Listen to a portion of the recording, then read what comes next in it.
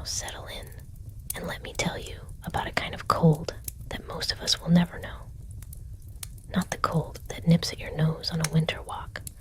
No, this is the cold of the Yukon. The deep, indifferent cold of a world that does not care whether you live or die. 75 degrees below zero. The kind of cold that turns spit to ice before it hits the ground. The kind of cold that has weight and presence, like a living thing pressing in from all sides. On this particular morning, a man set out alone along a trail through the wilderness. He was not a man who thought much about such things as danger or death. He was practical, capable, confident in the way that men sometimes are when they have not yet been truly tested. He had been warned, you understand. An old-timer at Sulphur Creek had told him plainly, no man ought to travel alone in the Yukon when the temperature drops this low. But the man had smiled at that. He had supplies. He had a trail. He had a wolf dog trotting at his heels with ancient amber eyes. He figured that was enough. He was wrong, of course, but he didn't know it yet. The trail wound through spruce trees, heavy with snow, and the man moved along it steadily, his breath coming out in great white plumes that froze the moment they left his lips. Every now and then he stopped to check his cheekbones with his mittened hand, pressing against the flesh to see if he could still feel it. He could not, but he was not worried. Not yet. Now the dog. The dog was another matter entirely. This was no ordinary house pet padding along beside a beloved master. This was a wolf dog, bred from wild stock, and it carried inside its chest the deep old knowledge of its ancestors. It knew, in the way that animals know things without being told, that this day was wrong. The cold spoke to something in its blood, something ancient and wise and impossible to argue with. It moved close to the man's legs. It wanted to turn back. It wanted to dig itself into the snow and wait for the sun. But the man walked on, and so the dog walked on, because that is the terrible bargain between wild things and the men who claim them. The dog obeyed, but it did not trust. And all around them, the silence of the wilderness pressed down like a held breath. There are springs hidden beneath the snow in that country, places where the water runs warm enough to keep from freezing, pooled just below the surface, waiting. The man knew about them. He watched for them carefully, and still he found one with his foot. One moment he was walking, and the next he was in water up to his knee. Cold, shocking, immediate. He cursed and moved quickly to the bank. His foot was already going numb. He would need fire. He gathered twigs and moss with practiced hands, working with calm efficiency, because he was, above all, a practical man. He found a sheltered spot beneath a spruce tree, and he coaxed a flame to life. Oh, it was a small and trembling thing, that first fire, but it caught. It grew. He could feel the warmth beginning to push back against the cold, and he allowed himself a moment of satisfaction. He leaned in to feed the flame, and then a sound, a soft, cascading whisper. The snow gathered in the branches above him, loosened by the fire's warmth, fell all at once. It landed directly on the fire. The flame was gone. Just like that. Gone as if it had never existed at all.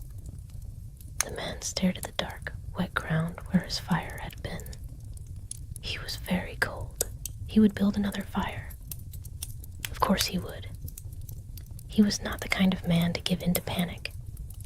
He moved away from the trees this time, into the open, and he began to gather his materials again. But here's the thing about cold, real cold, the kind we are talking about. It does not simply make you uncomfortable. It takes things from you, quietly, one by one. It had taken the feeling from his toes already. Now it was working on his fingers. His hands felt like wooden tools at the ends of his arms, clumsy and distant, barely his own. He fumbled with his matches. He dropped them. He tried again. He managed to strike one, held the whole bundle of them together against his palm, because his fingers could no longer grip, and he got a flame going. He fed it carefully, desperately, bending close, willing it to live. It grew. For one shining moment, it grew.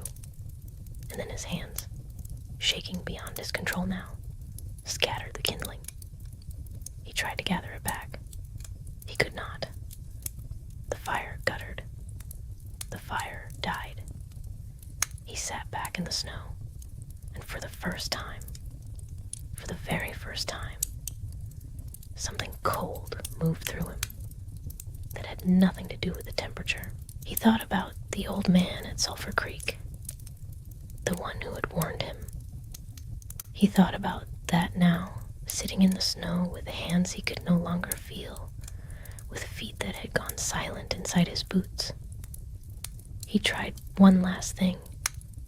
He thought perhaps he could kill the dog, warm his hands inside the animal's body, buy himself a few minutes of feeling. A terrible thought, a desperate thought, and the dog would not come. It circled him, watching with those amber eyes, and it would not come close, because the dog could smell it, the thing that was happening.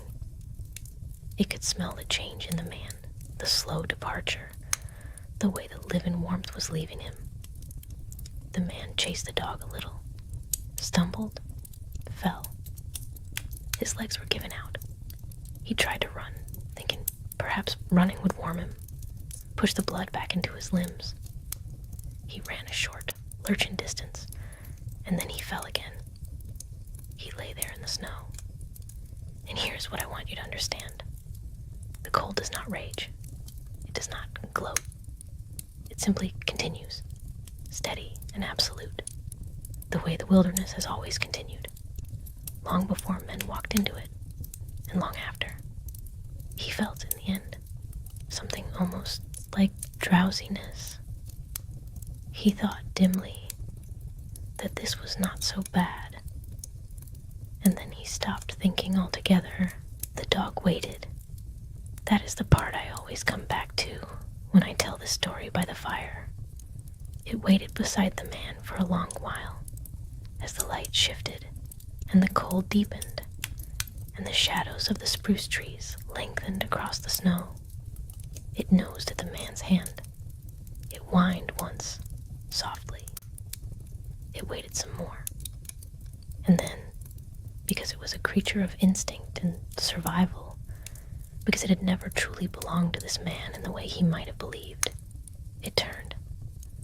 It lifted its nose to the darkening air, and it trotted away along the trail, toward camp, toward other men, toward warmth and fire and the smell of food. It did not look back. Now, I want you to sit with that image for a moment.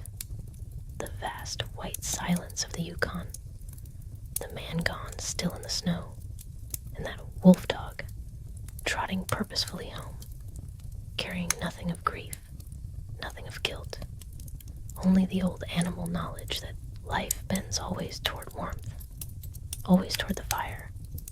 That is the whole of the story, really. The wilderness does not punish pride.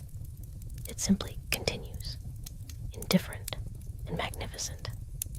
And it is we who must choose whether to listen to those who have walked before us, or to step out alone into the cold, certain we know better. Tonight, let us be grateful for the fire. Let us be grateful we are here.